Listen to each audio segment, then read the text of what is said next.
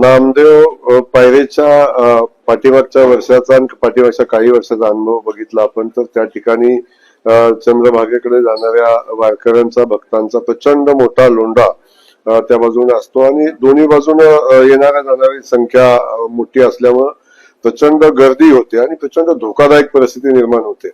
मागच्या वर्षी आपण बघितलं असेल तर अगदी गंभीर अशी परिस्थिती या ठिकाणी निर्माण झालेली होती आणि ते पाहता चालू वर्षी प्रशासनानं सन्माननीय कलेक्टर महोदय असतील, एसपी महोदय असतील आणि संबंधित सगळ्या प्रशासन व्यवस्थेनं यावर्षी ती वाहतूक एकेरी करण्याचा निर्णय घेतलेला आहे. आणि त्या ठिकाणी जर एकेरी वाहतूक शेवटचे 3-4 दिवस जर राहिली तर मला वाटतं जो फ्लो आहे तो जाणारा एका बाजूने जाईल, येणारा एका बाजूने येईल.